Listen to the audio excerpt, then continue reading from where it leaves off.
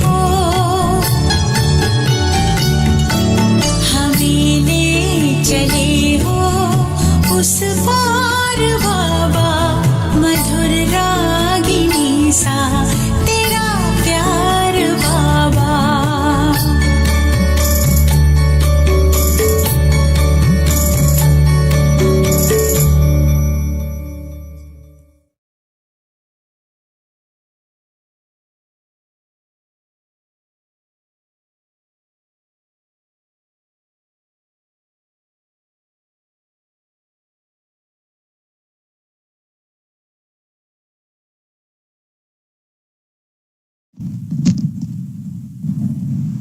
ओम शांति, ओम शांति। आज बाबा पूछ रहे हैं कौन सा बोल आप नहीं बोल सकते हैं जो बोल कर्म संन्यास को सिद्ध करता है।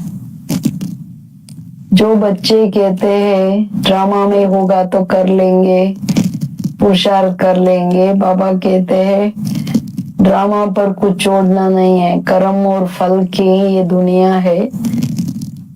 पुरुषार्थ बगैर पानी भी नहीं मिलता है, तो इसलिए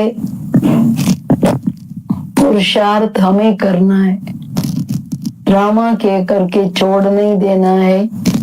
श्रेष्ठ प्राप्ति, श्रेष्ठ पद पाने का पुरुषार्थ करना है।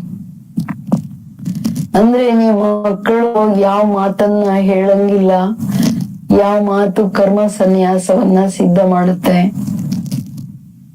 ಡ್ರಾಮಾದಲ್ಲಿ ಇದ್ರೆ ಮಾಡೋಣ ನೋಡೋಣ, ಇದ್ರೆ ಮಾಡ್ತೀನಿ, ಇಲ್ಲ ಅಂದ್ರೆ ಇಲ್ಲ. ಇದು ಹೇಳ್ತಾರೆ ಡ್ರಾಮಾದಲ್ಲಿ ಪುರುಷಾರ್ಥ ಪ್ರಾರಬ್ಧ ಎರಡು ಫಿಕ್ಸ್ ಆಗಿದೆ. ಪುರುಷಾರ್ಥ ಮಾಡದೆ ನೀರು ಸಿಗಲ್ಲ. ಇಲ್ಲಿ ಎಲ್ಲದೂ ಕರ್ಮದ ಫಲದ ಆಧಾರದ ಮೇಲೆ, ಕರ್ಮ ಫಲ ಪುರುಷಾರ್ಥ ಪ್ರಾರಬ್ಧದ ಆಧಾರದ ಮೇಲೆನೆ ಎಲ್ಲ ಸಿಗೋದು.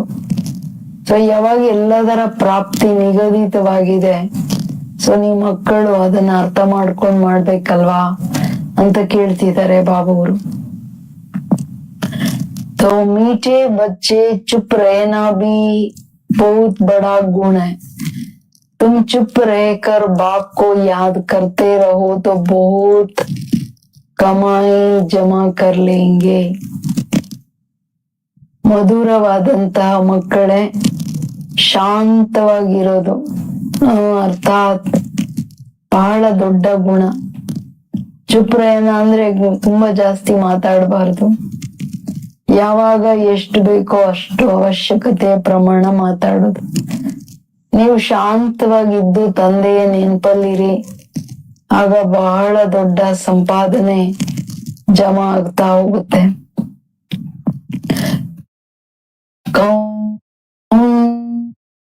बोल कर्म संन्यास को सिद्ध करने, वो बोल तुम नहीं बोल सकते. ಯಾವ ಮಾತು ಕರ್ಮ ಸನ್ಯಾಸವನ್ನ ಸಿದ್ಧ ಮಾಡುತ್ತೆ ಆ ಮಾತನ್ನ ನೀವು ಮಾತಾಡಬಾರ್ದು. ड्रामा में होगा तो कर लेंगे, बाबा कहते ये तो कर्म संन्यास हो गया।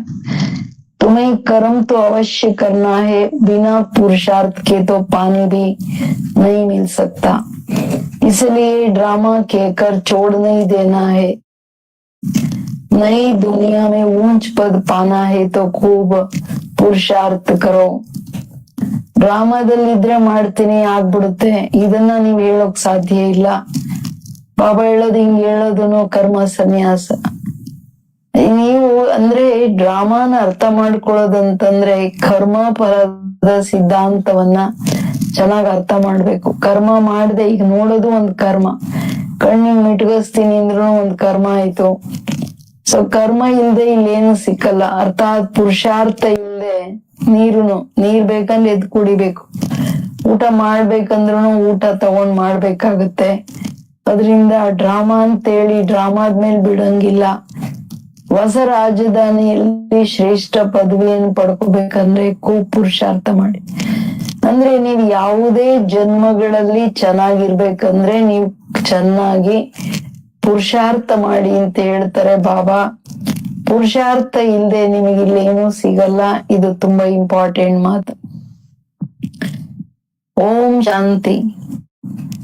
पहले पहले बच्चों को सावधानी है, बाप को याद करो और वर्षे को याद करो, मन मना भव। ये अक्षर भी व्यास ने लिखा है, संस्कृत में तो बाप ने समझाया नहीं है, बाप तो हिंदी में ही समझा। ಮೊದಲು ಮೊದಲು ಮಕ್ಕಳಿಗೆ ಸಾವಧಾನಿ, ಬಾಬಾ ಎಚ್ಚರಿಕೆ ಕೊಡ್ತಿದ್ದಾರೆ. ತಂದೆಯನ್ನ ನೆನಪು ಮಾಡಿ, ಆಸ್ತಿಯನ್ನ ನೆನಪು ಮಾಡಿ, ಮನ್ಮಾನ ಭವ. ಈ ಅಕ್ಷರನು ವ್ಯಾಸ ಬರ್ದಿರೋದು, ಸಂಸ್ಕೃತದಲ್ಲಿ ತಂದೆ ಬಬಳದು. ನಾನು ಹೇಳಲಿಲ್ಲ, ಕಲ್ಪದ ಹಿಂದೆ ಬಂದಾಗ್ಲೂ ಇದೆ ಹಿಂದಿಯಲ್ಲೇ, ಶುದ್ಧ ಹಿಂದಿಯಲ್ಲೇನೆ ಬಾಬಾ ಹೇಳಿರೋದು. ತಂದೆ ಹಿಂದಿಯಲ್ಲೇ ತಿಳಿಸೋದು. ಇಷ್ಟೇ ಹೇಳ್ತೀನಿ ಮಕ್ಕಳಿಗೆ, ತಂದೆ ಹಾಗೂ ಆಸ್ತಿಯನ್ನ ನೆನಪು ಮಾಡಿ. ये सहज अक्षर है कि हे बच्चों मुझ बाप को याद करो. ಇದು ಈಸಿಯೆಸ್ಟ್ ಅಕ್ಷರ ಮಕ್ಕಳೇ, ನಾನು ನಿಮ್ ತಂದೆಯನ್ನ ನೆನಪು ಮಾಡಿ.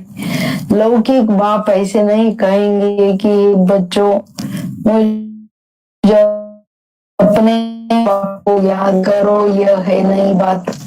ಲೌಕಿಕ್ ತಂದೆನೂ ಇದನ್ನ ಹೇಳಲ್ಲ, ಹೇ ಮಕ್ಕಳೇ ನೀವು ನಿಮ್ ತಂದೆಯನ್ನ ನೆನಪು ಮಾಡಿ, ಯಹ है नहीं बात, ಇದು ಹೊಸ ಮಾತು. बाप कहते हैं ये बच्चों मुझ अपने निराकार बाप को याद करो.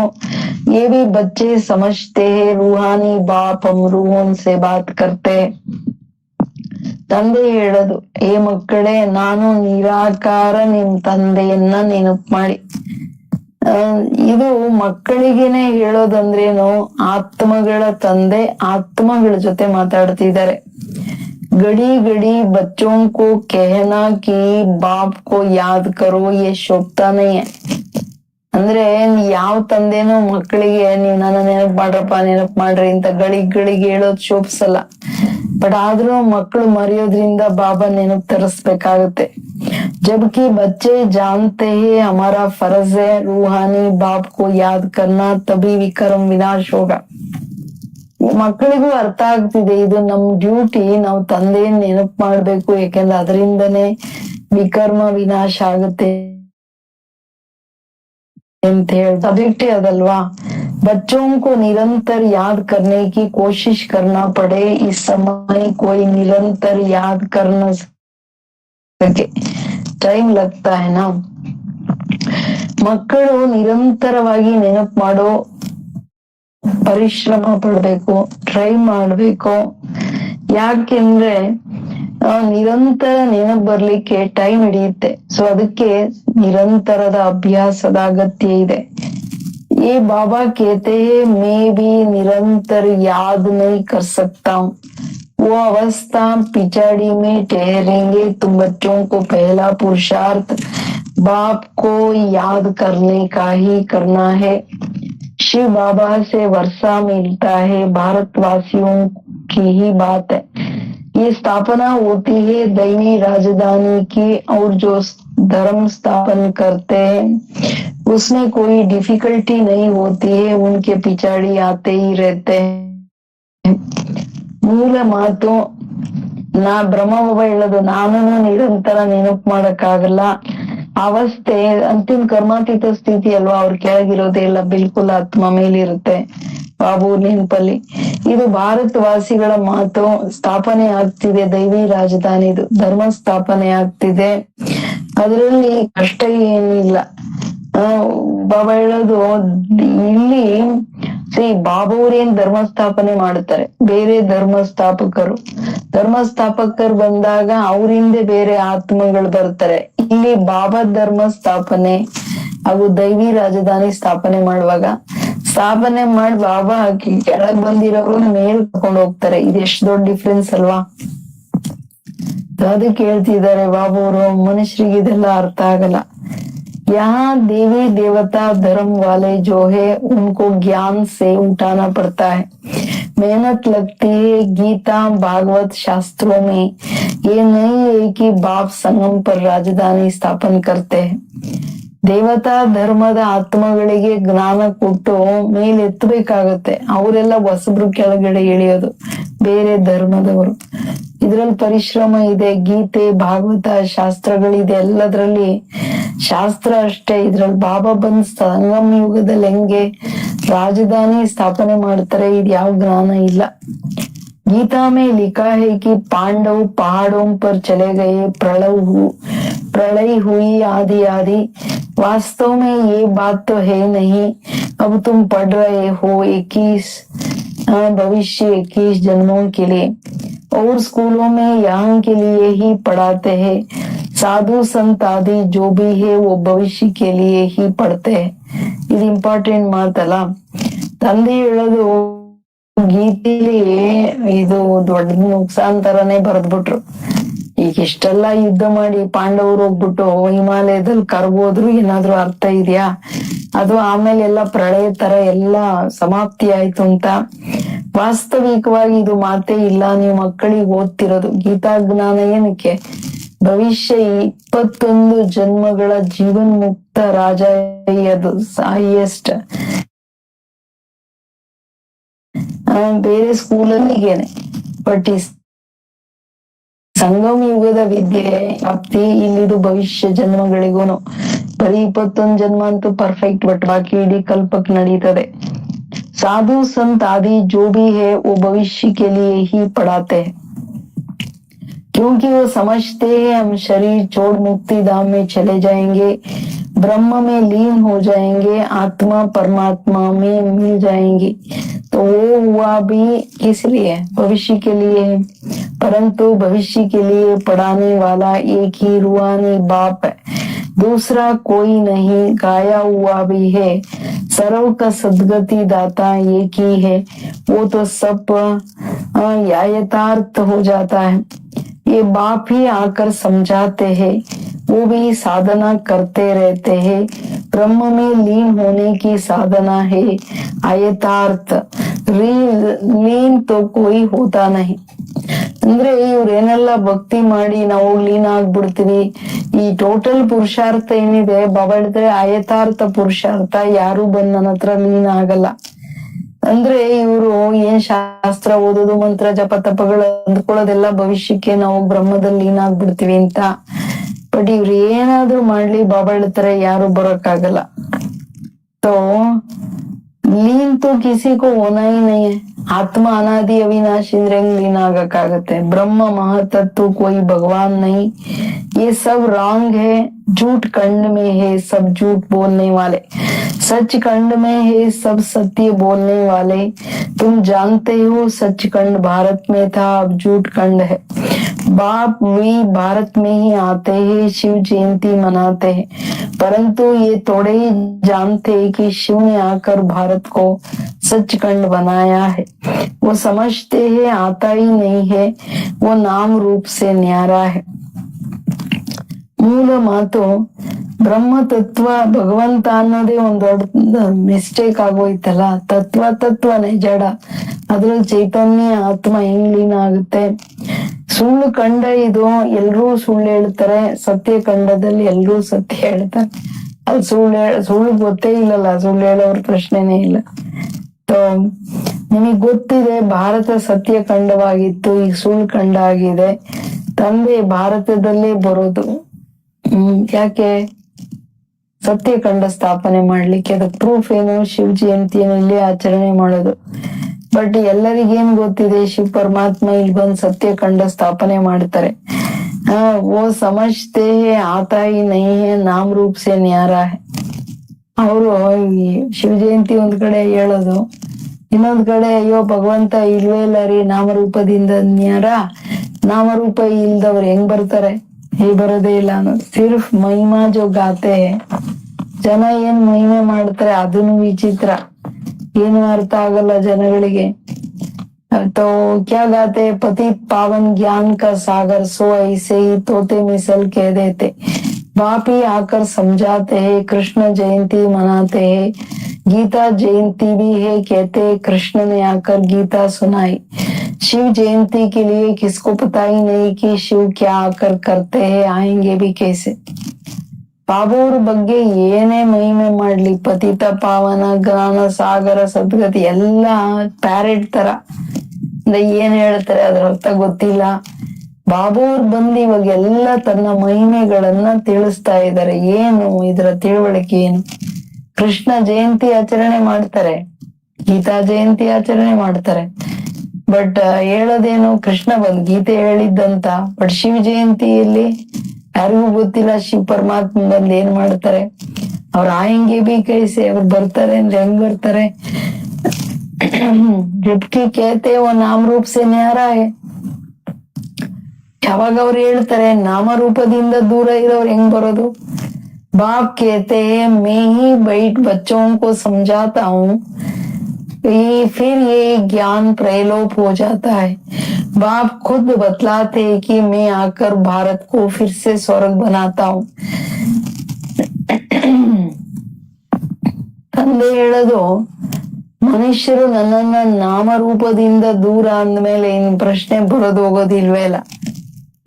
ಬಾಬಾ ಹೇಳೋದ್ ನಾನೇ ಕುಳಿತು ಮಕ್ಕಳಿಗೆ ತಿಳಿಸ್ತೀನಿ, ಮಕ್ಕಳೇ ನನಗೆ ಹೇಳೋ ಜ್ಞಾನ ಪ್ರೈಲೋಪ ಆಗುತ್ತೆ.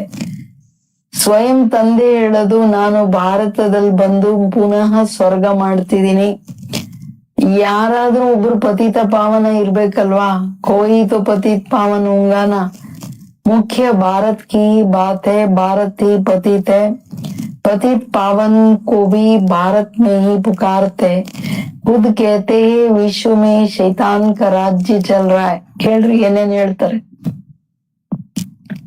ಪತಿತ ಪಾವನ ಯಾರಾದ್ರೂ ಒಬ್ರು ಇರ್ಬೇಕಲ್ಲ, ಮನುಷ್ಯರನ್ನ ಪಾವನ ಮಾಡಿ ಕರ್ಕೊಂಡು ಹೋಗಕ್ ಆತ್ಮಗಳನ್ನ. ಅದಕ್ಕೆ ಹೇಳ್ತಿದ್ದಾರೆ ಬಾಬುರು, ವಿಶ್ವದಲ್ಲಿ ಪರಮಾತ್ಮನಿಗೆ ಏನ್ ಹೇಳೋದು, ಎಲ್ಲಾ ಭೂತಗಳ ರಾಜ್ಯ, ಶೈತಾನ್ಕ ರಾಜ್ಯ, ಆಸುರಿ ರಾಜ್ಯ ಅಂತ ಹೇಳ್ತಾರೆ. ಅಂದಾಗ ಇವ್ರನ್ನೆಲ್ಲರನ್ನು ಸರಿ ಮಾಡ್ಕೊಂಡು ಕರ್ಕೊಂಡು ಹೋಗೋರು ಇರ್ಬೇಕಲ್ಲ. बाम शादी बनाते रहते, उनसे विनाश होना है, तैयारियां कर रहे. जैसे वो रावण से प्रेरित किए हुए है. रावण का राज्य कब खलास होगा. ಬಾಂಬ್ಸ್ ಮಾಡೋದು, ದುಃಖ ಕೊಡೋದು, ವಿನಾಶ ಮಾಡೋದು, ಇವೆಲ್ಲ ಏನಿದೆ ರಾವಣನಿಂದ ಪ್ರೇರಿತವಾಗಿದೆ ಅನ್ನೋ ತರಹ. ಬಟ್ ಈ ರಾವಣ ರಾಜ್ಯ ಯಾವಾಗ ಕಲಾಸ್ ಆಗುತ್ತೆ. ಭಾರತವಾಸಿ ಕहेंगे जब कृष्ण आएगा तुम समझाते हो शिव बाबा आया हुआ है. ಬರೋ ಮಾತೆತ್ತಿದ್ರೆ ಜನ ಹೇಳೋದೇನು, ಕೃಷ್ಣ ಯಾವಾಗ ಬರ್ತಾರೆ, ಇದು ರಾವಣ ರಾಜ್ಯ ಹೋಗುತ್ತೆ. ಬಟ್ ನೀವ್ ಹೇಳ್ತೀರಾ ಶಿವ್ ಬಾಬಾ ಬಂದ್ಬಿಟ್ಟಿದಾರ ಆಲ್ರೆಡಿ.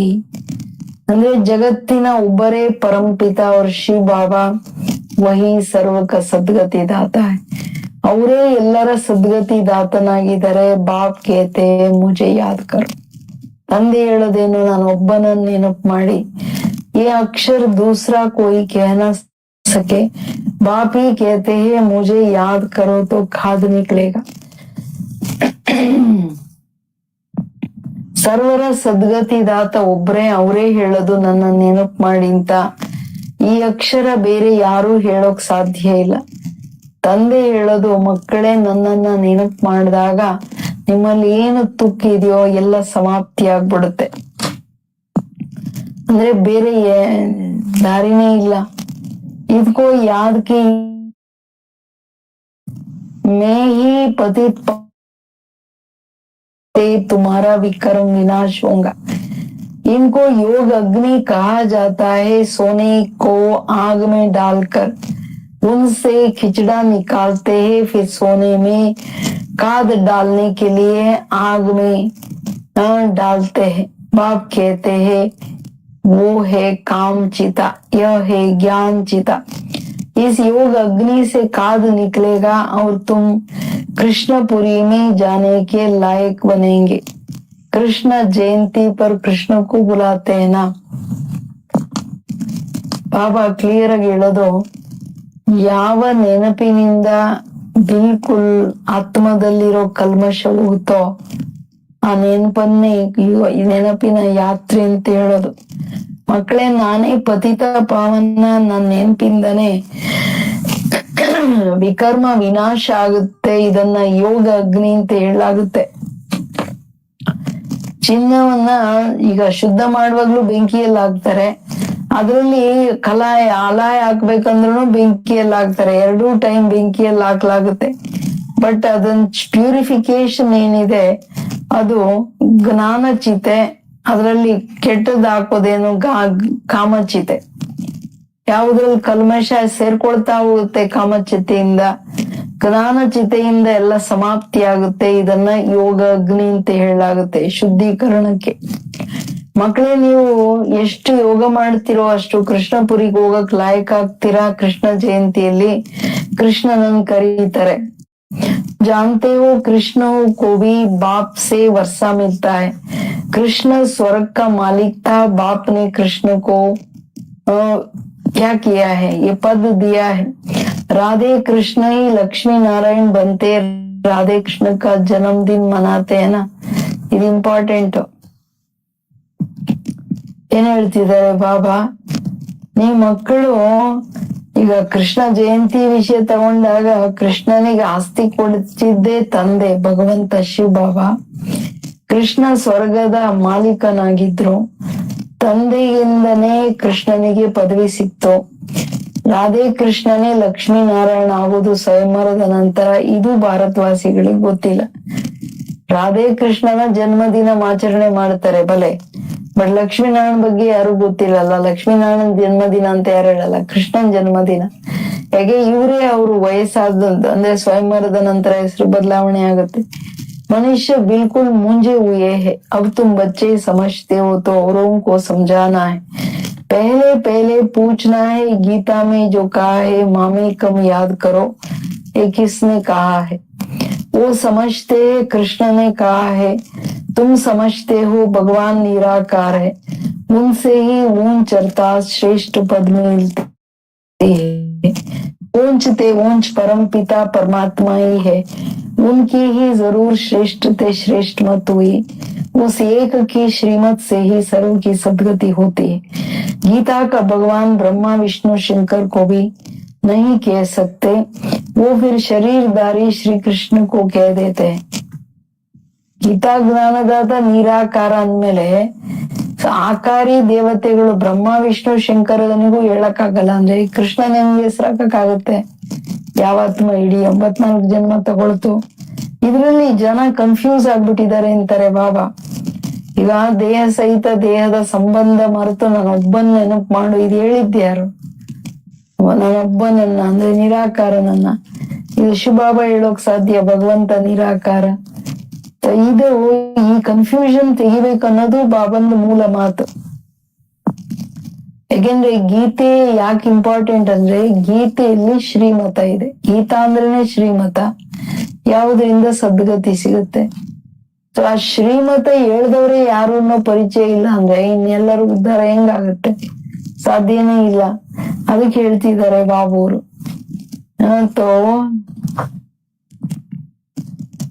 ರಾಜಯೋಗ तो बाप ने सिखाया है. ಮನುಷ್ಯ ಇಷ್ಟು ದೊಡ್ಡ ಗೀತಾ ಜ್ಞಾನದಾತನನ್ನೇ ಬದಲಾವಣೆ ಮಾಡ್ಬಿಟ್ರಲ್ಲ, ಇನ್ನು ಎಲ್ಲಿ ಯಾವ್ದು ಕರೆಕ್ಷನ್ ಇದೆ? ರಾಜಯೋಗನು ತಂದೆನೆ ಕಲಿಸಿದ್ದು. वही पति पावन है. बड़ी भारी जो भूले है उन पर जोर देना है. एक तो ईश्वर को सर्वव्यापी कहना, दूसरा फिर गीता का भगवान कृष्ण को कहना, कल्प लाखों वर्षों का कहना, ये बड़ी भारी भूले है. बड़ी भारी भूले. ತಂದೆ ಹೇಳೋದು ರಾಜಯೋಗವನ್ನ ತಂದೆನೆ ಕಲ್ಸಿರೋದು ಪತಿತ ಪಾವನ ಅವರು.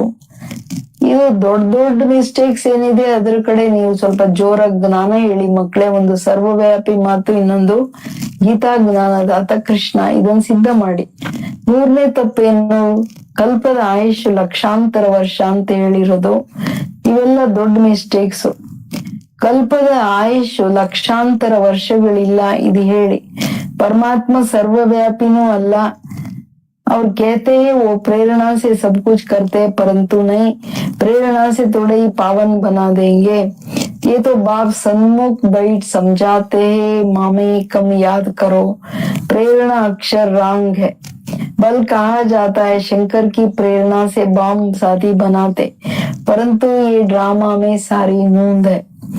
ಇಂಪಾರ್ಟೆಂಟ್ ಅಲ್ಲ, ಯಾವ್ಯಾವ್ದು ಮೇನ್ ಮಿಸ್ಟೇಕ್ಸ್ ಇದೆ ಅದ್ ತಿಳಿಸಿ. ಸರ್ವವ್ಯಾಪಿ ಅಲ್ಲ ಅನ್ನೋ ಮುಖ್ಯ ಮಾತು. ಪ್ರೇರಣೆ ಕೊಟ್ಟು ಯಾರನ್ನಾದ್ರೂ ಪಾವನ ಮಾಡಕ್ಕಾಗತ್ತಾ? ಪ್ರೇರಣಾ ಅನ್ನೋ ಶಬ್ದನೇ ತಪ್ಪು. ಶಂಕರ ಪ್ರೇರಣೆ ಕೊಟ್ಟು ಬಾಂಬ್ಸ್ ಮಾಡ್ತಾರೆ, ಅದು ತಪ್ಪೆ. ಇದೆಲ್ಲ ಡ್ರಾಮಾನುಸಾರ ಫಿಕ್ಸ್ ಆಗಿದೆ ಮಕ್ಕಳೇ. ಯಾರ್ಯಾರಿಗ್ ಪ್ರೇರಣೆ ಕೊಟ್ಟು ಯಾವ ಕೆಲಸನೂ ಮಾಡಲ್ಲ ಅನ್ನೋದು ಮುಖ್ಯ ಮಾತು. तो शिव बाबा का ही सारा पार्ट है. ಮೇನ್ ड्रामाದಲ್ಲಿ ಯಾರ್ದು शिव बाबा ने क्रिएटर एंड डायरेक्टर ಅಂದ್ರೆ ಅವ್ರದೇ मेन पार्ट। उनके बाद फिर पार्ट है ब्रह्मा विष्णु शंकर का। ब्रह्मा ब्राह्मण रचते हैं ना, वही फिर विष्णुपुरी के मालिक बनते। फिर 84 जन्मों का चक्कर लगाकर तुम आकर ब्रह्मा वंशी बने हो। लक्ष्मी नारायण सो फिर आकर ब्रह्मा सरस्वती बनते हैं। ಅಂದ್ರೆ ಬಾಬನ್ ನಂತರ ಶಿವಬಾಬನ್ ಮೇನ್ ಪಾರ್ಟ್, ಆಮೇಲೆ ಬ್ರಹ್ಮ ವಿಷ್ಣು ಶಂಕರಂದು ಅದರಲ್ಲಿ ಬ್ರಹ್ಮ ಬ್ರಾಹ್ಮಣರ ರಚನೆ ಆಗುತ್ತೆ. ಬ್ರಹ್ಮನೇ ವಿಷ್ಣು ಪುರಿಯ ಮಾಲೀಕನಾಗಿ ಮತ್ತೆ ಪಾಲನೆ ಮಾಡುತ್ತ ಆತ್ಮ. ಅದೇ ಆತ್ಮ 84 ಜನ್ಮಗಳ ಚಕ್ಕರ್ ಹಾಕೊಂಡು ತಿರ್ಗಾ ನಾವೆಲ್ಲ ಅವ್ರ ಜೊತೆ ಬರ್ತೀವಿ. ತಿರ್ಗಾ ಬಾಬಾ ಬ್ರಹ್ಮ ಅಂಡ್ ಬ್ರಾಹ್ಮಣ ವಂಶೀಯರು ನಾವೆಲ್ಲ ಹೆಂಗೆ ಲಕ್ಷ್ಮೀ ನಾರಾಯಣನೇ 84 ಜನ್ಮದ ನಂತರ ಬ್ರಹ್ಮ ಅಂಡ್ ಸರಸ್ವತಿ ಆಗ್ತಾರೆ। ये भी समझाया है कि इन द्वारा अडॉप्ट करते हैं, इसलिए इसको बड़ी मम्मा कहते हैं। वो फिर निमित्त बनी हुई है, कलश माताओं को दिया जाता। सबसे बड़ी सितार सरस्वती को दिया है, सबसे तीखी। बाकी सितार व बाजा आदि की बात नहीं है। सरस्वती की ज्ञान मुरली अच्छी थी, महिमा उनकी अच्छी थी। नाम तो बहुत डाल दिया है, देवियों की पूजा होती है ना। ಇಂಪಾರ್ಟೆಂಟ್ ಮಾತಲ್ಲ, ಬಾಬು ಅವ್ರು ಏನ್ ಹೇಳ್ತಿದ್ದಾರೆ, ಇದು ವಂಡರ್ಫುಲ್ ವಿಷಯ। ಬಾಬಾ ಹೇಳೋದು ರಿಯಲ್ ಆಗಿ ನೋಡಿದ್ರೆ ಬ್ರಹ್ಮ ಅಮ್ಮ ದೊಡ್ಡ ತಾಯಿ, ಸರಸ್ವತಿ ಬ್ರಹ್ಮಮ್ಮ ನೇಮಿತರಾಗಿದ್ದಾರೆ, ಕಳಶ ಮಾತೇರಿ ಕೊಡ್ಲಾಗಿದೆ। ಬಟ್ ಆದ್ರೆ ದೊಡ್ಡದ ವೀಣೆನ ಸರಸ್ವತಿ ತೋರಿಸ್ತಾರಲ್ಲ, ಆಕ್ಚುಲಿ ಅಂದ್ರೆ ಜ್ಞಾನದಲ್ಲಿ ತುಂಬಾ ತೀಕ್ಷ್ಣವಾಗಿ ಹೋದ್ರು, ಇಲ್ಲಿ ಸ್ಥೂಲ ವೀಣೆಯ ಪ್ರಶ್ನೆ ಇಲ್ಲ, ಹೆಸರು ತುಂಬಾ ದೊಡ್ಡದು। ಅವರ ಒಂದು ತೀಕ್ಷ್ಣತೆಗೆ ಅನೇಕ ಹೆಸರುಗಳು, ದೇವಿ ರೂಪದಲ್ಲಿನೂ ಪೂಜೆ ತುಂಬಾ ಆಗುತ್ತೆ। तुम अभी जानते हो अम्मी ये पूज्य बनते हैं, फिर पुजारी बन अपने ही पूजा करेंगे। अभी हम ब्राह्मण हैं, फिर अम्मी पूज्य देवी देवता बनेंगे, यथा राजा रानी तथा प्रजा। ಈಗ ನಮ್ಗೆ ಇದೆಲ್ಲ ಅರ್ಥ ಆಗೋಯ್ತು, ನಾವೇ ಪೂಜಾರಿಗಳಾಗ್ತೀವಿ 84 ಜನ್ಮದ ನಂತರ। ಅಂದ್ರೆ ಬ್ರಾಹ್ಮಣರೇ ದೇವಿ ದೇವತಾ, ಅವರೇ ತಿರ್ಗಾ ಕೆಳಗ್ ಬಂದು ಹೆಂಗೆ ನಂಬರ್ ವಾರ್ ಅಂದ್ಮೇಲೆ ಯಥಾ ರಾಜ ರಾಣಿ ತಥಾ ಪ್ರಜಾ ಬಾಬಾ ಹೇಳ್ತಾರೆ ಇದೆಲ್ಲ ನಡಿಬೇಕು। ಪುರುಷಾರ್ಥನು ವೆರೈಟಿ ಮೇಲೆ ಪದವಿನೂ ವೆರೈಟಿ। देवियों में जो ऊंच पद पाते हैं तो मंदिर भी उन्हों के भूत बनते हैं। नाम बाला भी उन्हों का होता है जो अच्छी रीति पढ़ते हैं पढ़ाते हैं। तो अब तुम जानते हो पूज्य पुजारी हम ही बनते हैं। शिव बाबा तो सदा ही पूज्य है। ಬಾಬಾ ಹೇಳೋದು ಯಾರು ತುಂಬಾ ಚೆನ್ನಾಗಿ ಓದಿಸ್ತಾರೆ ಅವರೇನೆ ಪೂಜ್ಯರು, ಶ್ರೇಷ್ಠ ಪೂಜ್ಯರು, ಅವ್ರದೇ ಆಮೇಲೆ ಅವರೇ ಪೂಜಾರಿಗಳಾಗ್ತಾರೆ। ಶಿವ್ ಬಾಬಾ ಎಲ್ಲದ್ರಿಂದ ಅತೀತ, ಅವ್ರು ಎವರ್ ಪೂಜ್ಯ, ಯಾವಾಗ್ಲೂ ಹೈಯೆಸ್ಟ್ ಪೂಜ್ಯ। ಸೂರ್ಯವಂಶಿ ದೇವಿ ದೇವತೆಗಳು ಯಾರಿದ್ರು ಅವರೇನೆ ಪೂಜಾರಿ ಭಕ್ತರಾಗ್ತಾರೆ। ಆಮೇಲೆ ಪೂಜ್ಯ ಫಸ್ಟ್, ದ್ವಾಪರದ ನಂತರ ಪೂಜಾರಿಗಳು ಭಕ್ತರು। आपे पूज्य आपे पुजारी का सीढ़ी बहुत अच्छी रीति समझाते हैं। बिगर चित्र भी तुम किसको समझा सकते हो। जो सीख कर जाते हैं उनकी बुद्धि में सारी नॉलेज। ಅಂದ್ರೆ ಇದೊಂದು ಏಣಿ ತರ, ಅಪೇ ಪೂಜ್ಯ ಅಪೇ ಪೂಜಾರಿ, ಫಸ್ಟ್ ಪೂಜ್ಯ, ಕೆಳಗಡೆ ಇಳಿತಾ ಬಂದಾಗ ಪೂಜಾರಿ। ಇದು ಕ್ಲಿಯರ್ ಮಾಡ್ತಿದಾರೆ ಬಾಬಾ, ಚಿತ್ರ ಇಲ್ದೇನೋ ನೀವ್ ಯಾರಿಗಾದ್ರೂ ತಿಳಿಸ್ಬೋದು ತುಂಬಾ ಚೆನ್ನಾಗಿ। ಯಾರು ಚೆನ್ನಾಗಿ ಕಲ್ತು ಹೋಗ್ತಾರೋ ಅವ್ರ ಬುದ್ಧಿಯಲ್ಲಿ ಇಡೀ ಜ್ಞಾನ ಇರುತ್ತೆ। ತಿಳುವಳಿಕೆ ಪ್ರಶ್ನೆ ಅಲ್ಲ, ಯಾರು ಎಷ್ಟು ಚೆನ್ನಾಗಿ ತಿಳ್ಕೊಳ್ತಾರೆ ಅವ್ರ ಬುದ್ಧಿಯಲ್ಲಿ ಎಲ್ಲ ಇರುತ್ತೆ। 84 जन्मों की सीढ़ी भारतवासी चढ़ते उतरते, उनके 84 जन्म है, पूज्य थे, फिर हम पुजारी बने। हम सो हम का अर्थ भी तुमने बहुत अच्छी तरह समझा है। आत्मा सो परमात्मा हो न सके, बाप ने हम सो हम का अर्थ समझाया है। हम सो देवता सो क्षत्रिय बने, हम सो का दूसरा कोई अर्थ है ही नहीं। पूज्य पुजारी भी भारतवासी ही बनते हैं, और धर्म में कोई पूज्य पुजारी नहीं बनते, तुम ही ಸೂರ್ಯವಂಶಿ ಚಂದ್ರವಂಶಿ ಬಂತೆ ಹೋ. ಕೇಳಿದ್ರ? ಎಲ್ಲ ಮನೆಯಲ್ಲಿ ಕೇಳ್ತಾ ಕೇಳ್ತಾ ಟೆನ್ಷನ್ ಆ ಕಡೆ ಈ ಕಡೆ ಹೋಗ್ತಿಲ್ಲ ತಾನೆ. ಇಡೀ ಮುರುಳಿ ಬಾಬಾ ನಾನೊಬ್ಬನನ್ನ ನೆನಪು ಮಾಡಿ ನೀವು ಪೂಜ್ಯರಾಗ್ತೀರ. ಪೂಜ್ಯರಾಗ್ಲಿಕ್ಕೆ ಏನೆಲ್ಲ ಕಲ್ಮಶ ಇದೆ ಹೊರಟೋಗುತ್ತೆ. ಪೂಜ್ಯ ಪೂಜಾರಿಯ ಪಾರ್ಟ್ ಏನು ಎಲ್ಲ ತಿಳಿಸ್ತಿದ್ದಾರೆ. ಅಂದ್ರೆ ಪುರುಷಾರ್ಥ ಮಾಡ್ಬೇಕು, ಡ್ರಾಮಾದ ಮೇಲೆ ಬಿಡಂಗಿಲ್ಲ. ಹೆಂಗೆ ಇದು ಡ್ರಾಮಾ 84 ಜನ್ಮಗಳದು ಪೂಜ್ಯ ಪೂಜಾರಿಯ ಪಾರ್ಟ್ ಸರಿಯಾಗಿ ತಿಳ್ಕೋಬೇಕು. ಸರಿನಾ? ಕೇಳ್ತಾ ಕೇಳದೆ ಎಲ್ಲೋ ಹೋಗ್ಬಿಡಲ್ಲ ತಾನೆ ಬುದ್ಧಿ. ಬಾಬಾ ಎದುರುಗಡೆ ಇದಾರ್ ತಾನೆ, ಅದು ಕೇಳ್ತಿದ್ದಾರೆ ಬಾಬಾ. ಭಾರತವಾಸಿಯರಿಗೆ ಇದು ಗೊತ್ತಿಲ್ಲಲ್ಲ, ನಾವೇ ಪೂಜ್ಯರಿದ್ದವ್ರ ಪೂಜಾರಿಗಳಾಗ್ಬಿಟ್ವಿ ಅಂತ. तो ಆತ್ಮ ಸೋ ಪರಮಾತ್ಮ ತೋ ಹೋನ ಸಕೆ. ಹಂಸೋ ಅರ್ಥ ಈಗ ಹಂಸೋ ಅಂದ್ರೆ ಬ್ರಾಹ್ಮಣ್, ಸೋ ದೇವತಾ, ಸೋ ಕ್ಷತ್ರಿ, ಸೋ ವೈಶ್ಯ, ಶೂದ್ರ. ಹಂಸೋ ನಾವು ಈ ನೆಕ್ಸ್ಟ್ ಹಿಂಗೆ ಅವ್ರೇನ್ ಮಾಡ್ಬಿಟ್ರು, ಆತ್ಮ ಸೋ ಪರಮಾತ್ಮ ಅಂದ್ಬಿಟ್ರು. बाप ने हमसो सोम का अर्थ समझाया है. हमसो ದೇವತಾ ಸೋ ಕ್ಷತ್ರಿ. ಅವರು ಆತ್ಮ ಸೋ ಪರಮಾತ್ಮ ಅಂದ್ಬಿಟ್ರು. ಬಾಬಾ ಅವ್ರು ಬಂದ್ ಕ್ಲಿಯರ್ ಆಗಿ ನಾವ್ ಏನಿದ್ದವ್ರು ಏನಾಗ್ತೀವಿ. ಬ್ರಾಹ್ಮಣ್ ಸೋ ದೇವತಾ ಕ್ಷತ್ರಿ ಇಡೀ ಚಕ್ರದ ಜ್ಞಾನ ಕೊಟ್ರು. ಬೇರೆ ಹಂಸೋಕ ದೂಸರ ಅರ್ಥ ನೈ, ಬೇರೆ ಅರ್ಥ ಇಲ್ಲ ಇದೆಲ್ಲ. पूज्य पुजारी भी भारतवासी बनते हैं और धर्म में कोई पूज्य पुजारी नहीं बनते, तुम ही सूर्यವಂಶಿ ಚಂದ್ರವಂಶಿ बनते हो. ಬೇರೆ ಧರ್ಮದವ್ರಿಗೆ ಪೂಜ್ಯ ಪೂಜಾರಿ ಕತೆ ಇಲ್ಲ. ಆದಿಯಿಂದ ಯಾರು ಸೂರ್ಯವಂಶಿ ಚಂದ್ರವಂಶಿಯಲ್ಲಿ ಬರ್ತಾ ಹೋಗ್ತಾರೆ, ಅವ್ರದ್ದು ಇದೆಲ್ಲ ಭಾರತವಾಸಿಗಳ ಪಾರ್ಟ್ ಅಲ್ವಾ. ಬೇರೆ ಧರ್ಮದವ್ರು ಬರೋದೇ ದ್ವಾಪರದ ನಂತರ ಪೂಜ್ಯ ಸ್ಥಿತಿಯಲ್ಲಿದೆ. ಸಂಜಾನೆ ಕಿತನೆ ಅಚ್ಚಿ ಮಿಲಿ. ನಮ್ ತಂದೆ ಬಂದು ಎಷ್ಟು ಸುಂದರವಾದ ತಿಳುವಳಿಕೆ ಕೊಡ್ತಿದಾರಲ್ವಾ, ಇನ್ ಯಾರು ಹೇಳಕ್ಕಾಗುತ್ತಿವೆಲ್ಲ. ಎಷ್ಟು ಪ್ರೀತಿಯಿಂದ ಹೇಳ್ತಿದ್ದಾರೆ. ಹಂಸೋ देवी देवता थे, हम आत्मा निर्वाण धाम में रहने वाली ये चक्र फिरता रहता, जब दुख सामने आता है तो बाप को याद करते. ನಾವೇ ದೇವಿ ದೇವತೆಗಳಾಗಿದ್ದವರು, ನಾವು ಆತ್ಮ ನಿರ್ವಾಣ ಧಾಮದಲ್ಲಿ ಇದ್ದವರು. ಹೆಂಗೆ ಚಕ್ರದಲ್ಲಿ ಬರ್ತೀವಿ, ಚಕ್ರದಲ್ಲಿ ಬರ್ತಾ ಇದು ತಿರುಗ್ತಾನೆ ಇರುತ್ತೆ. ದೇವಿ ದೇವತಾ ಸೋ ಕೆಳಗಡೆ ಬಂದು ಬ್ರಾಹ್ಮಣರಾಗ್ತೀವಿ ಅನ್ನೋದು ಅರ್ಥ ಆಗ್ಬೇಕು. ಯಾವಾಗ ದುಃಖ ಬರುತ್ತೆ ತಿರ್ಗ ಬಾಬಾನನ್ನು ಕರಿತೀವಿ, ಬಾಬಾ ಬಂದ್ಬಿಡು ಅಂತ. बाप कहते हैं मैं दुख के समय ही आकर सृष्टि को बदलता हूँ, ऐसे नहीं कि नई सृष्टि रचता हूँ, नहीं, पुराने को नया बनाने में आता हूँ. बाप आते ही है संगम पर, अब नई दुनिया बन रही है, पुरानी कला सोनी है, यह है बेहद की बात. ಮೂಲ ಮಾತು ಏನಂದ್ರೆ, ಬಾಬಾ ಹೇಳೋದು ನಾನ್ ದುಃಖದ ಸಮಯದಲ್ಲೇ ಬಂದು ಸೃಷ್ಟಿಯನ್ನ ಹೊಸದ್ ಮಾಡ್ತೀನಿ, ಬದಲಾವಣೆ ಮಾಡ್ತೀನಿ. ಹಂಗಲ್ಲ, ಹೊಸ ಸೃಷ್ಟಿ ರಚನೆ ಮಾಡ್ತೀನಿ ಅಂತ. ಅಂದ್ರೆ ಇದೆಲ್ಲ ಪ್ರಳಯ ಆಗ್ಬಿಡ್ತು, ಇನ್ನೊಂದೇನೋ, ಹಳೇದನ್ನೇ ನಾನು ಹೊಸದ್ ಮಾಡ್ತೀನಿ ಮಕ್ಕಳೇ. ಅದಕ್ಕೆ ನಾನು ಬರೋದೇ ಸಂಗಮ್ ಯುಗದಲ್ಲಿ. ಎಕ್ಸ್ಟ್ರೀಮ್ ಹಳೇದು ತಮೋಗುಣಿ ಆದಾಗ ಅದನ್ನ ಎಕ್ಸ್ಟ್ರೀಮ್ ಸತೋಗುಣಿ ಮಾಡ್ಲಿಕ್ಕೆ ಸಂಗಮದಲ್ಲಿ ಬರ್ತೀನಿ. ಈಗ ಹೊಸ ಪ್ರಪಂಚದ ಸ್ಥಾಪನೆ ಆಗ್ತಿದೆ, ಹಳೇದ್ ಸಮಾಪ್ತಿ ಆಗೋಗ್ತಿದೆ. ಇದು ಬೇಹದ ಅನ್ಲಿಮಿಟೆಡ್ ಮಾತು.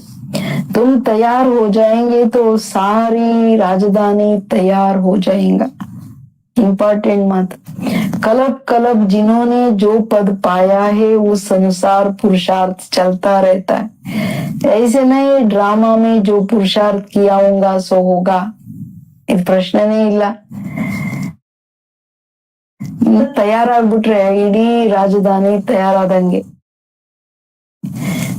ಯಾವ ಮಕ್ಕಳು ಏನ್ ಪದವಿ ತಗೊಂಡಿದ್ರೋ ಅದನುಸಾರವಾಗಿನೇ ಪುರುಷಾರ್ಥ ನಡೆಯುತ್ತೆ, ಅದರ ಅನುಸಾರ ಅವ್ರು ಪದವಿ ತಗೋತಾರೆ. ಹಂಗಲ್ಲ, ಡ್ರಾಮಾದಲ್ಲಿ ಏನಿದ್ರೆ ನನ್ ಸಿಕ್ಕತ್ತೆ, ನಾನ್ ಪುರುಷಾರ್ಥ ಮಾಡಿದ್ರೆ ಮಾಡ್ತೀನಿ, ಇದು ಆಗಿ ಹೋಗಿದ್ದಕ್ ಡ್ರಾಮಾ, ಮುಂದೆ ಮಾಡೋದಕ್ ಡ್ರಾಮಾ ಅಂತ ಹೇಳಂಗಿಲ್ಲ.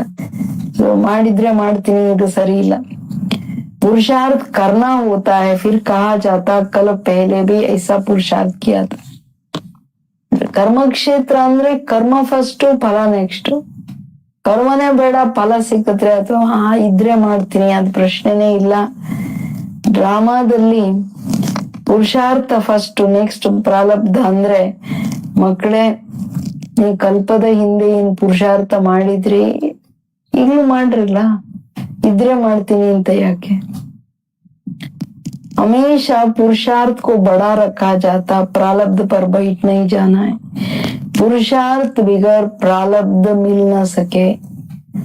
ಮೂಲ ಮಾತು ಪುರುಷಾರ್ಥದ ಮೇಲೆ ಅಟೆನ್ಷನ್ ಇರ್ಲಿ. ಪುರುಷಾರ್ಥ ಫಸ್ಟ್, ನೆಕ್ಸ್ಟ್ ಪ್ರಾರಬ್ಧ.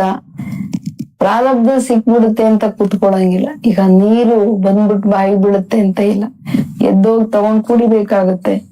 ಸೊ ಪ್ರಾರಬ್ಧ ಪುರುಷಾರ್ಥ ಇಲ್ಲದೆ ಸಿಗಲ್ಲ, ಇದು ಇಂಪಾರ್ಟೆಂಟ್. पुरुषार्थ बिगर पानी भी नहीं पी सकते, कर्म संन्यास अक्षर. ಪುರುಷಾರ್ಥ ಇಲ್ಲದೆ ನೀರುನು ಸಿಗಲ್ಲ, ಇದು ಕರ್ಮ ಸನ್ಯಾಸ. बाप कहते गृहस्थ व्यवहार में भी रहो. बाबा सबको यहाँ तो नहीं बिठा देंगे, शरणागति गाई हुई है. बट्टी बननी थी क्योंकि उनको तंग किया गया. ತಂದೆ ಹೇಳೋದು, ನೀ ಭಲೆ ಗೃಹಸ್ಥ ವ್ಯವಹಾರದಲ್ಲಿ ಇದೆಲ್ಲ ಕಾರ್ಯ ಮಾಡ್ರಿ, ಆದ್ರೆ ಕರ್ಮ ಅಂತೂ ಮಾಡ್ಬೇಕು. ನಾನು ಇಲ್ಲೆಲ್ಲರನ್ನು ಕೂರಿಸ್ಕೊಳಕ್ ಸಾಧ್ಯ ಇಲ್ಲ. ಶರಣಾಗತಿ ಗಾಯನ ಯಾಕಿದೆ ಅಂದ್ರೆ, ಮೊದಲು ಬಟ್ಟಿಗಳಲ್ಲಿ ದಾದಿಗಳನ್ನ ಬಾಬಾ ಪರಿಪಕ್ವ ಮಾಡಿ ಆಚೆ ಕಳಿಸ್ಬೇಕಾಗಿತ್ತು. ಪರಂಪಿತ ಪರಮಾತ್ಮಂದೇ ಶರಣಾಗತಿ ಅಂದ್ರೆ ಅವರೇ ಶರಣ ಕೊಡೋಕ್ ಸಾಧ್ಯ. ಮನುಷ್ಯಗೆಲ್ಲ ಶರಣ ಹೆಂಗ್ ಕೊಡಕ್ಕಾಗತ್ತೆ? ಅವ್ರ ಹತ್ರ ಶರಣ ತಗೊಳ್ಳೋದಂದ್ರೆ ಅವ್ರೇನ್ ಸದ್ಗತಿ ಕೊಡ್ತಾರ? जब बहुत दुख होता है तो तंग होकर आकर शरण लेते. ಮನುಷ್ಯರಾಗ್ ಬೇರೆಯವ್ರ ಶರಣಲ್ಲಿ ಹೋಗೋದು, ಯಾವಾಗ ಎಕ್ಸ್ಟ್ರೀಮ್ ದುಃಖ ಇದೆ ಅಂತ ತಡೆಯಕ್ ಆಗಲ್ಲ, ಅವಾಗ ಬೇರೆಯವ್ರ ಶರಣಲ್ಲಿ ಹೋಗ್ತಾರೆ.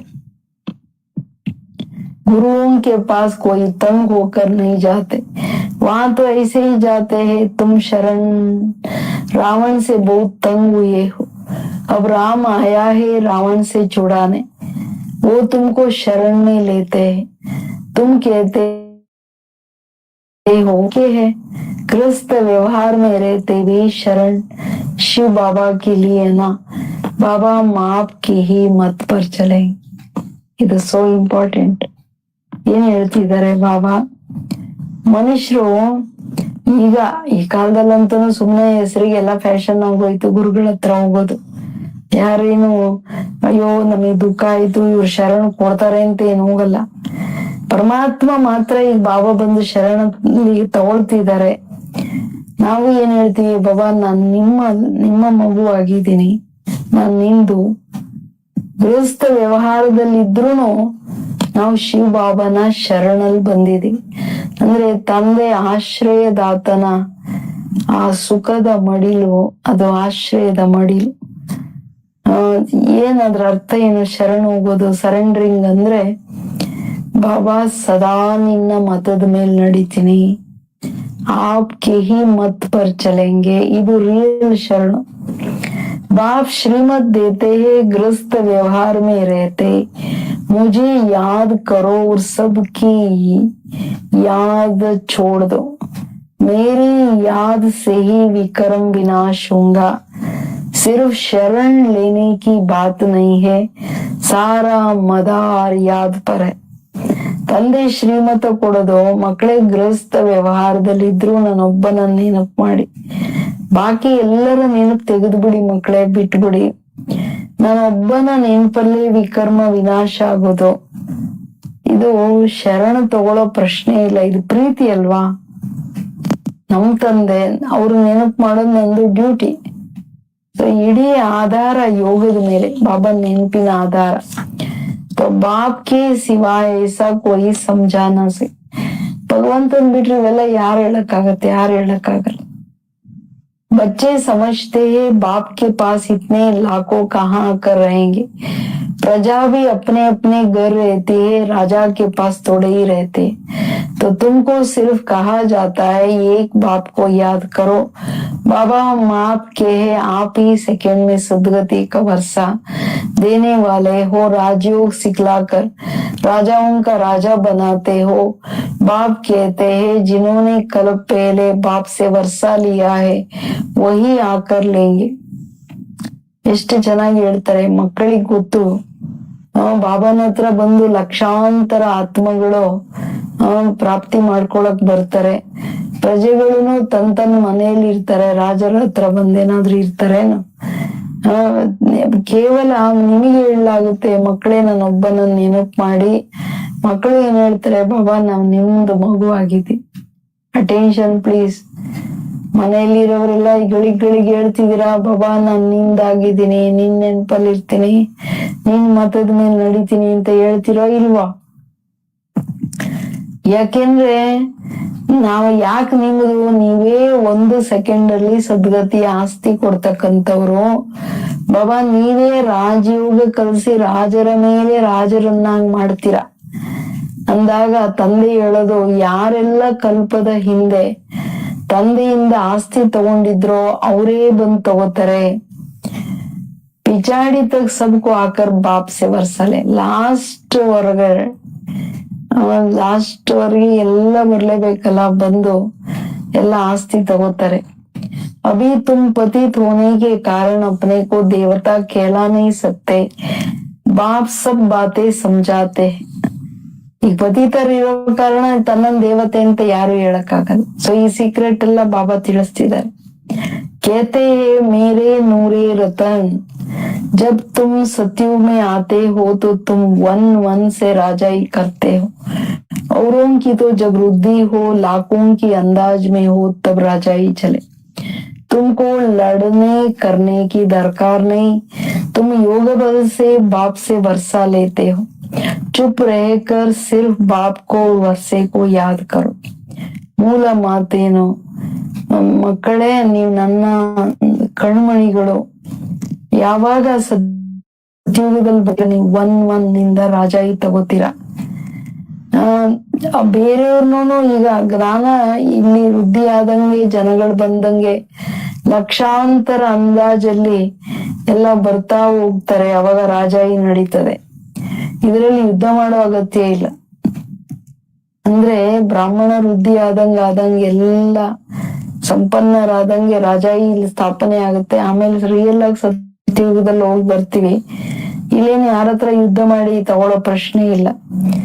ತುಮ್ ಯೋಗ ಬಲಸೆ ಬಾಪ್ಸೆ ವರ್ಷಾ ಲೇತೆ. ಇಂಪಾರ್ಟೆಂಟ್, ಯೋಗ ಬಲದಿಂದ ಆಸ್ತಿ ತಗೋತೀರ. ಚುಪ್ ರೇಕರ್ ಸಿರ್ಫ್ ಬಾಪ್ ಕೋ ವರ್ಷೆ ಕೋ ಯಾದ್ ಕರೋ. ಬರೀ ಶಾಂತವಾಗಿ ಕೂತ್ಕೊಂಡು ತಂದೆಯನ್ನ ಹಾಗೂ ಆಸ್ತಿಯನ್ನ ನೆನಪು ಮಾಡಿ. पिछाड़ी में तुम चुप रहेंगे, फिर ये चित्र आदि काम नहीं आएगा, तुम होशियार हो जाएंगे. ಲಾಸ್ಟ್ ಅಲ್ಲಿ ಈಗಂತೂ ಆ ಗಳಿಗೆಗಳು ಬಂದಿದೆಯಲ್ಲ, ಎಲ್ಲ ಹೋಗಿ ಬರೋ ಸ್ಟಾಪ್ ಆಗ್ಬಿಡುತ್ತೆ. ಎಲ್ರು ತಪಸ್ಸಲ್ಲಿ ಕೂತ್ಕೋತಾರೆ, ಸೈಲೆಂಟ್ ಆಗಿ ಆಸ್ತಿ ತಗೋತೀರ ಮಕ್ಕಳೇ. ಈ ಚಿತ್ರಗಳೆಲ್ಲ ಕೆಲ್ಸಕ್ ಬರಲ್ಲ. ಅವಾಗ ಎಕ್ಸ್ಪ್ಲೈನ್ ಮಾಡೋರೇ ಇರಲ್ಲ, ನೀವು ಹೋಶಿಯಾರ್ ಆಗ್ಬಿಡ್ತೀರ. बाप कहते सिर्फ मुझे याद करो तो विक्रम विनाश होगा. अब करो ना करो तुम्हारी मर्जी, कोई देहदारी के नाम रूप में नहीं फंसना है. बाप को याद करो तो अंतमति सोगति हो जाएगा. तुम मेरे पास आ जाएंगे, फुल पास होने वालों को राजा ही मिलेगा. सारा मदार याद की यात्रा पर है, आगे चल नए भी बहुत आगे निकलते जाएंगे. ತುಂಬಾ ಇಂಪಾರ್ಟೆಂಟ್ ಮಾತೇನು ಮಕ್ಕಳೇ, ನೀವು ನಾನೊಬ್ಬನನ್ನ ನೆನಪು ಮಾಡಿ ವಿಕರ್ಮ ವಿನಾಶ ಆಗುತ್ತೆ. ಈಗ ನೆನಪು ಮಾಡಿ ಬಿಡಿ, ನಿಮ್ಮರ್ಜಿ. ಯಾವ ದೇಹದಾರಿಗಳ ನಾಮರೂಪದಲ್ಲಿ ಅಂದ್ರೆ ಅವರ ಮೋಹದಲ್ಲಿ ಆಕರ್ಷಣೆಯಲ್ಲಿ ಸಿಕ್ಕಾಕೊಳ್ಳಂಗಿಲ್ಲ. ಶರೀರ ನೋಡಿ ತಾನೇ ಲಡ್ಡು ಆಗೋದು. ನಾಮರೂಪ ಅಂದ್ರೆ ನೀವು ತಂದೆಯನ್ನ ಅಷ್ಟ್ ಚೆನ್ನಾಗಿ ನೆನಪು ಮಾಡ್ಬೇಕು. ಅಂತಮತಿ ಸೋಗತಿ ಒಬ್ಬ ತಂದೆಯ ನೆನಪಲ್ಲಿ ಹೊರಡ್ಬೇಕು. ಸೀದಾ ಬಾಬಾ ನೆನಪಲ್ಲಿ ನನ್ನ ಹತ್ರ ಬಂದ್ಬಿಡ್ಬೇಕು. ಫುಲ್ ಪಾಸ್ ಆದವರೇ ರಾಜಾಯಿ ತಗೊಳ್ಳೋದು. ಅಂದ್ರೆ ಮೇನ್ ಸಬ್ಜೆಕ್ಟ್ ಏನಾಯ್ತು, ಇಡೀ ಆಧಾರ ನೆನಪಿನ ಯಾತ್ರೆಯ ಮೇಲಿದೆ.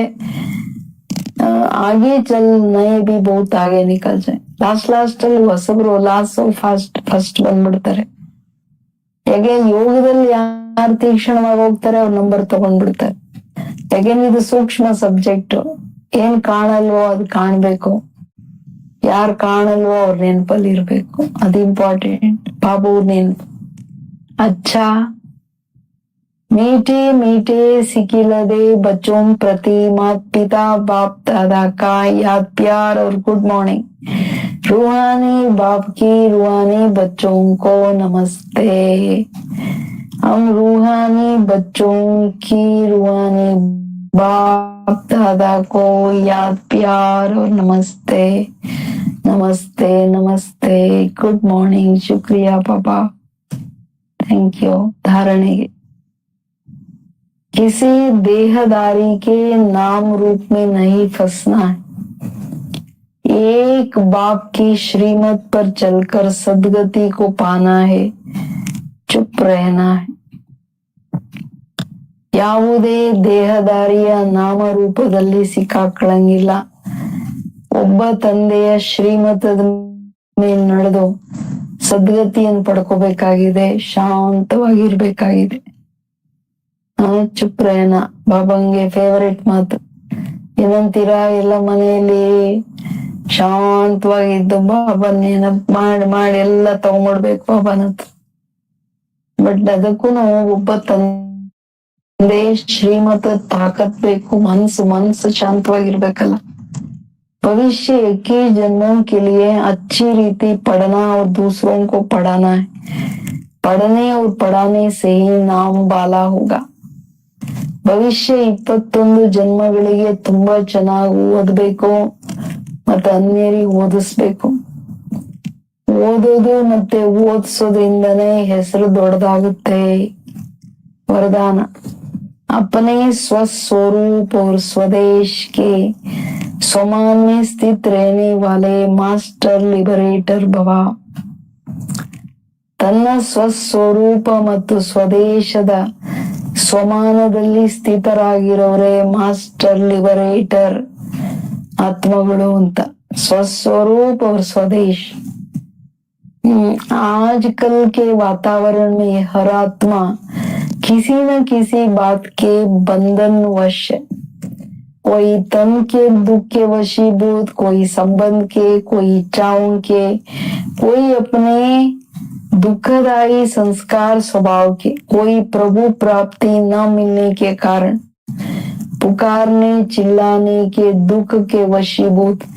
ऐसे दुख अशांति के वश आत्माएं अपने को लिबरेट करना चाहती है तो उन्हें दुखमय जीवन से लिबरेट करने के लिए अपने स्वस्वरूप और स्वदेश के स्वमान में स्थित रहम दिल बन मास्टर लिबरेटर बनो.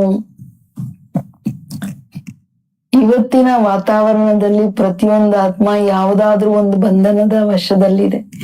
ಕೆಲವರಿಗೆ ಶರೀರದ ದುಃಖ, ಕೆಲವರಿಗೆ ಸಂಬಂಧದ ದುಃಖ, ಕೆಲವರಿಗೆ ತನ್ನದೇ ಇಚ್ಛೆಗಳ ದುಃಖ. ಇಚ್ಛೆ ಪೂರ್ಣ ಆಗಿಲ್ಲ ಅಂದ್ರೆ ದುಃಖ ತಾನೆ. ಕೆಲವರಿಗೆ ತನ್ನ ದುಃಖದಾಯಿ ಸ್ವಭಾವ ಸಂಸ್ಕಾರ. ಬೇರೆಯವ್ರಿಗೆ ದುಃಖ ಕೊಡೋದು ಅಂದ್ರೆ ತನಗ್ ತಾನು ದುಃಖ ತಗೊಳ್ಳೋದು. ಇನ್ನೊಂದು ಪ್ರಭು ಪ್ರಾಪ್ತಿ ಸಿಗದೆ ಇರೋ ಕಾರಣ ದುಃಖಿಗಳು.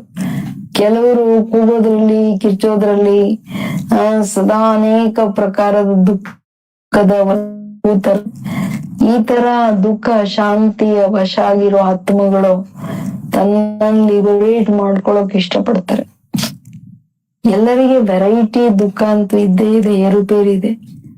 ಅಂತವರಿಗೆ ದುಃಖಮಯ ಜೀವನದಿಂದ ಲಿಬರೇಟ್ ಮಾಡ್ಲಿಕ್ಕೆ ತನ್ನ ಸ್ವಸ್ವರೂಪ ಸ್ವದೇಶದ ಸ್ವಮಾನದ ಸ್ಥಿತಿಯಲ್ಲಿ ದಯಾಹೃದಯಿಗಳಾಗಿ ಮಾಸ್ಟರ್ ಲಿಬರೇಟರ್ ಆಗಿ. ಎರಡೇ ಮಾತು, ಸ್ವಸ್ವರೂಪ ಹೊರ್ಸೋದೆ. ನಾನು ಆತ್ಮ ಬಿಂದು ಪರಂಧಾಮದಲ್ಲಿ ಬಾಬನ ಹತ್ರ ಇದ್ದೀನಿ. ಸೊ ಎಲ್ಲರನ್ನು ಲಿಬರೇಟ್ ಮಾಡೋದು ಈಸಿ. ಪಾವಂತರ दयाहृदयी. स्लोगन. सदा अचल अडोल रहने के लिए एक स्थिति के आसन पर विराजमान रहो। ಅಚಲ ಅಡೋಲರಾಗಿರ್ಲಿಕ್ಕೆ ಏಕರಸದ ಆಸನದಲ್ಲಿ ವಿರಾಜಮಾನವಾಗಿರ್ಬೇಕು. ಅಂದ್ರೆ ಒಬ್ಬ ತಂದೆಯ ಸರ್ವ ಸಂಬಂಧಗಳ ರಸದಲ್ಲಿದ್ರೇನೆ ಅಚಲ ಅಡೋಲವಾಗಿರೋದು. ಒಬ್ಬರ ಆಧಾರ ಇಲ್ಲಾಂದ್ರೆ ಬೂದಿಯಲ್ಲಿ ಇಲ್ಲಿ ಓಡ್ತಾ ಇರುತ್ತೆ. ಮೀಠೆ ಬಚ್ಚೆ ಕ್ಯಾ ಕರೋ ಏನಂದ್ರು ಬಾಬಾ, ನೀವು ಶಾಂತವಾಗಿರೋದೇ ಒಂದು ಒಳ್ಳೆ ಗುಣ ಮಕ್ಕಳೇ. ಶಾಂತವಾಗಿದ್ದು ತಂದೆಯನ್ನ ನೆನಪು ಮಾಡಿ ಸೊ ಬಹಳ ಸಂಪಾದನೆ ಜಮಾ ಮಾಡ್ಕೊಳಕ್ಕಾಗತ್ತೆ. So important. ಸರಿನಾ? ಓಂ ಶಾಂತಿ.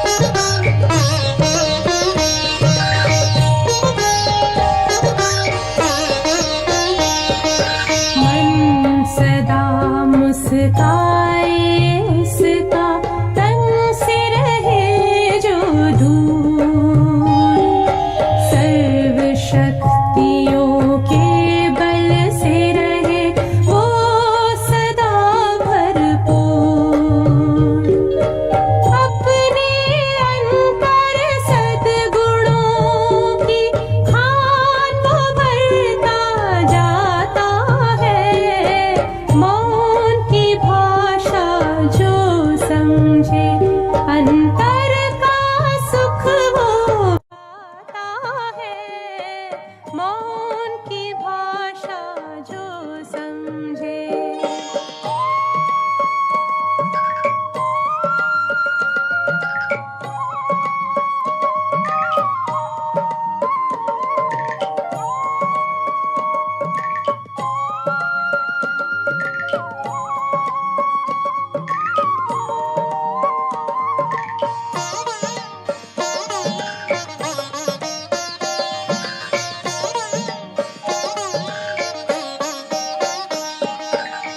मिट जाते हैं सहज ही शिव से मन के सब ही